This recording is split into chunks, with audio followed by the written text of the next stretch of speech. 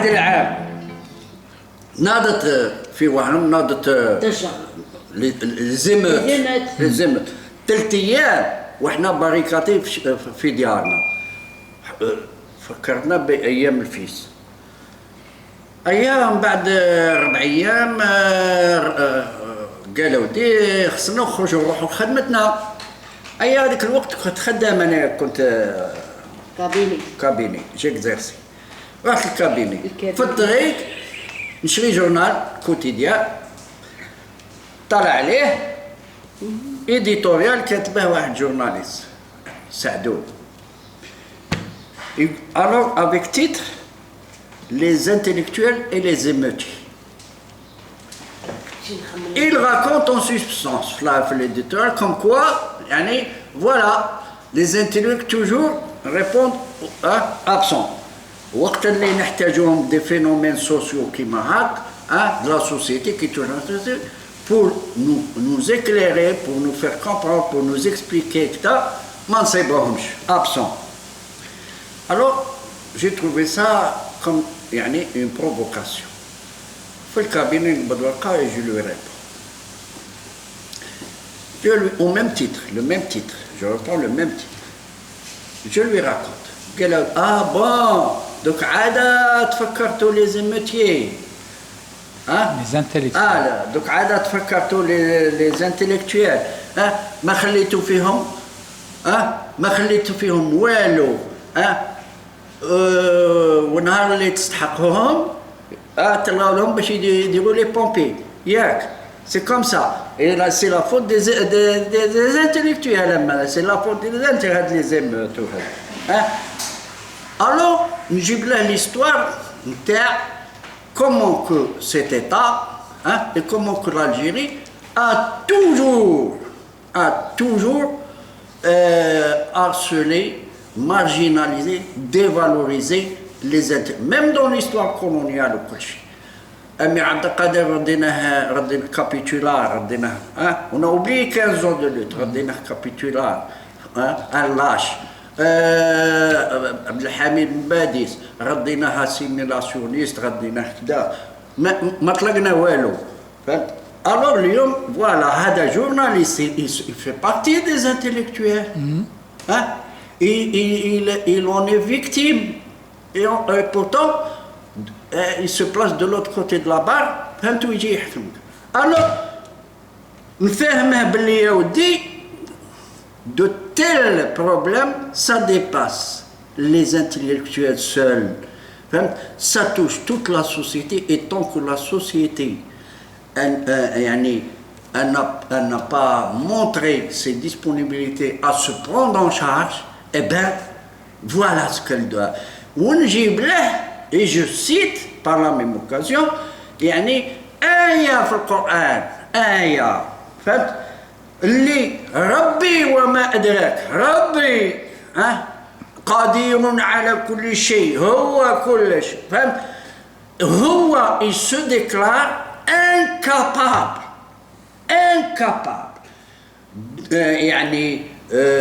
de faire quelque chose si l'autre ne montre pas sa disponibilité à changer. الآية تقول لا يغير الله je me sens incapable, je me considère incapable لا يغير الله بأمر قوم de ce qui concerne la chose publique, ce qui concerne toute communauté, si cette communauté ne montre pas sa prédisposition, sa disponibilité à se changer elle-même. L'individu tout comme la collectivité. لا يغير الله بأمر قوم حتى شرط, c'est la condition. Sinon, moi je peux rien faire. أنا أعطيتك مخ خدمه et ma mission s'arrête là. لا يغير الله بأمر قوم حتى يغيروا ما بأنفسهم. Traduction, je ne peux. Dieu ne peut changer ce qui touche une communauté si une telle communauté ne montre pas sa disposition à se songer elle-même. Ça me dépasse. Ça me dépasse. Voilà. Alors, من بعد تجي نتايا تلغى لي زانتيلي هذا تونيا لي زانتيلي لي بومبي ربي لي بومبي كلشي الله غالب الله غالب قعدوا في الله غالب Hazard fait bien les choses. Fait bien les choses. Le jour de la publication de cette réponse à cet éditorial, le même jour, je retrouve dans la même page du même journal, le quotidien d'Europe, un autre article d'un autre universitaire qui pose le même problème et qui cite le même verset, traduit différemment. Chacun l'a traduit selon sa formule. Mais on est tombé sur la même citation, c'est-à-dire la même référence, c'est-à-dire la même conviction que, voilà, que ce soit Rabbi ou l'histoire, telle qu'on l'a vécue, telle qu'on l'a apprise et tout, montre que aucun changement ne peut venir de l'au-delà. Tant que si toi, tu ne fais pas l'effort d'avancer, de changer, d'améliorer ta vie, voilà. Et donc, soit tu es condamné à un paradis, mais paradis terrestre, avant que tu le constates et tu le vis là-bas, soit tu payes le prix de ta régression, de ton incapacité, de ta médiocrité, et tu périsses comme ont péri tous les êtres qui n'ont pas pu se réadapter par rapport aux conditions de la nature, qu'elles soient humaines ou la physique. Voilà. Il y a bien des plantes qui ont disparu, dépéri, il y a bien des animaux qui ont disparu, les dinosaures, c'était hier, ça n'est pourquoi? Parce qu'ils n'ont pas montré. Alors que le singe ou la hadak a évolué selon le changement climatique, ils ont pu survivre jusqu'à aujourd'hui. Et bien c'est comme ça. Il y a des peuples qui ont dépéri qui n'existent plus. Pourquoi? Parce qu'ils n'ont pas montré, tout comme le corps humain, des anticorps pour se défendre, pour survivre. Pour survivre, d'accord. C'est sunnat al-hayat Rabbi yqulha. Que ce soit la science ou la religion, les deux s'accordent à la même vérité. C'est sunnat al-hayat. باغي تعيش استاهل العيش استاهل الحياة هذا باغي تعيش il faut payer le prix باغي le beurre et l'argent du beurre bon ومن بعد قال الله غالب oui الله غالب. Moi je t'ai doté d'une cervelle d'un cerveau et وين les capacités تاعه مازال ما وصلوش n'ont pas dépassé 7% de degré d'exploitation تاعه. هادو عند les peuples les plus intelligents, ils n'ont pas encore dépassé. illimité.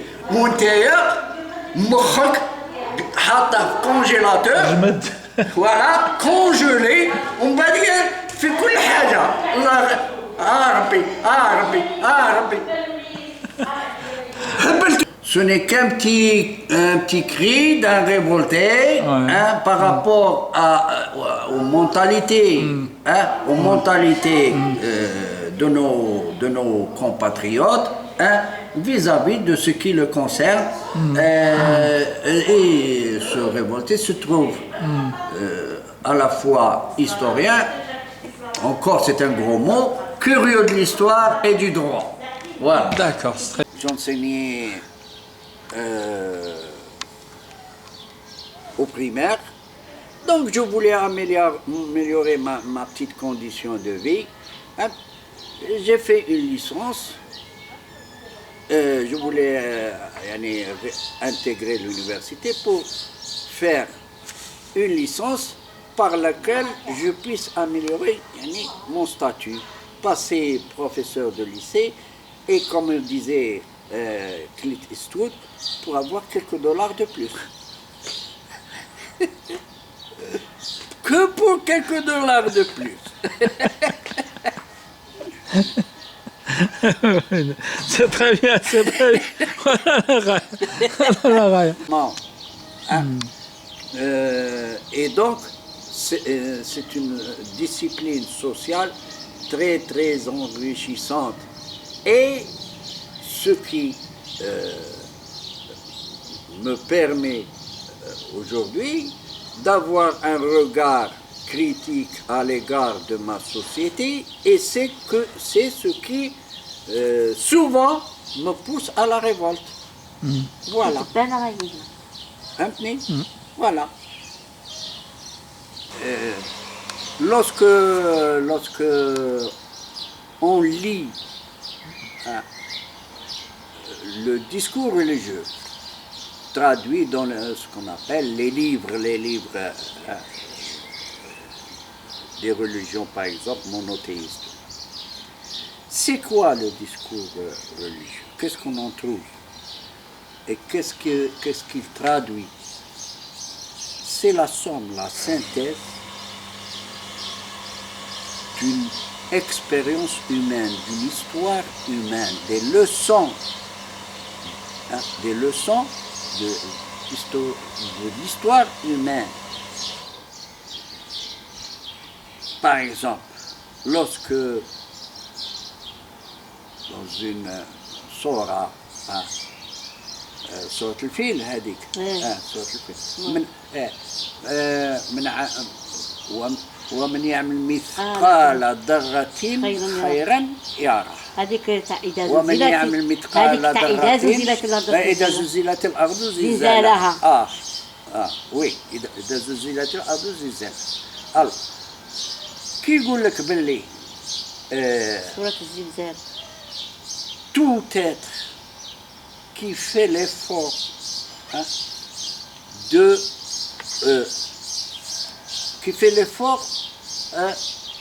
minime soit-il, à l'échelle d'un atome, à l'échelle d'un minime, c'est-à-dire l'infini petit, soit-il, on verra la récompense. Il verra le résultat de cet effort, minime soit-il à l'échelle d'un atome. Et l'inverse est celui qui agit dans le sens du mal, aussi, il n'échappera pas, il verra aussi le prix de son agissement, de son action. Donc, bon. Cette leçon, cette conclusion, cette morale, eh ben, elle est le résultat d'une expérience humaine. Parce que l'être humain, dans son vécu, a vu que, soit dans ce sens, soit dans l'autre, il en a toujours payé le prix, que ce soit positivement ou négativement. Et donc, parfois, on n'est pas censé attendre que Dieu fasse de nous envoyer des messagers pour tirer une telle leçon. Telle leçon, on la vit tous les jours. Donc on n'a pas besoin de messager pour... Attends.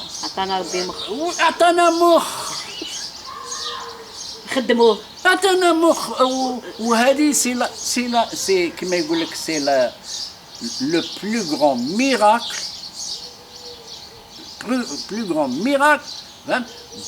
de ce produit divin. de cet attribut divin, mort cervelle, أتنا qui jusqu'à aujourd'hui, depuis que l'être humain existe, comment que ce produit nous a montré ses preuves à nous faire avancer ou nous faire régresser, c'est l'inverse. Voilà. Et donc,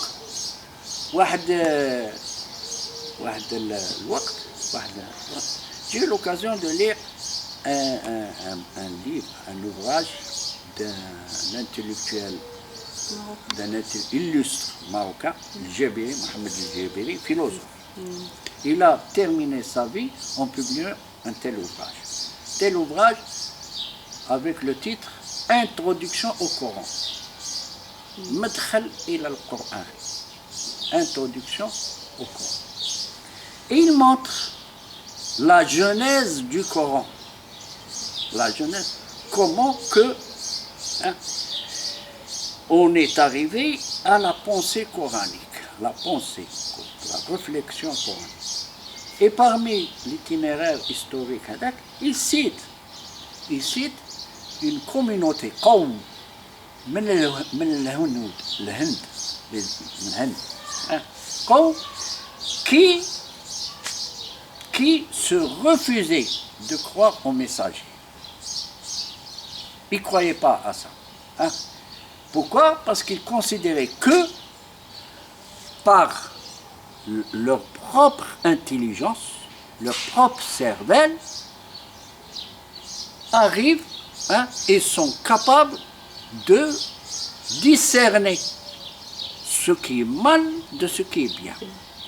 Ils considèrent qu'ils n'ont pas besoin d'un étranger messager vienne leur apprendre qu'est-ce que c'est qui est mal, qu'est-ce que c'est qui est bien, par leur propre intelligence. Donc, c'est dire que, voilà, parfois, certes, on reste perplexe devant des situations de la vie auxquelles on n'arrive pas à trouver des réponses, mais souvent aussi des choses qu'on arrive à discerner, à évaluer, à gérer nous-mêmes par nos propres efforts. Et c'est ce qui distingue les communautés, les sociétés, les êtres par rapport à eux-mêmes, par rapport à celui qui compte sur lui-même et s'autodétermine. Et donc, comme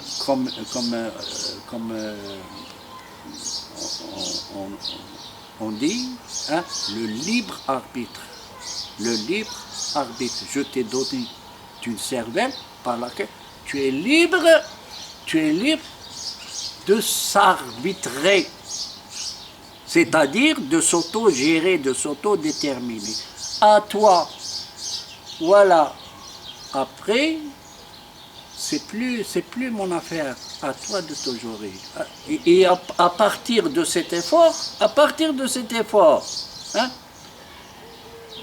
tu montres que tu es digne de cette vie ou pas.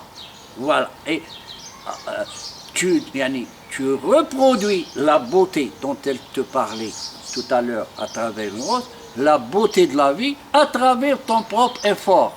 C'est ce qu'on disait tout à l'heure. Il y a des sociétés, des peuples aujourd'hui qui vivent paradisiaques, de façon paradisiaque, et des peuples qui encore s'enfoncent de plus en plus, ici, avant d'arriver là-bas, dans l'enfer. D'être jugé en enfer. Voilà. Ça, c'est la grande leçon de l'histoire, et qui est traduite, manifestée dans le discours religieux, qui est reprise dans toutes les religions, que ce soit monothéiste ou que ce soit païenne ou là. Tu trouves ça dans le taoïsme, dans le maoïsme, dans toutes les religions s'accordent aux mêmes vérités. Aux mêmes vérités. Alors, tout simplement parce que cette vérité est le résultat d'une expérience humaine. d'une histoire humaine. انتي الشمعة حد ما درالك بالقراح القراح وإلا درا ما تجرعي في ليلة في ليلة انتي الشمعة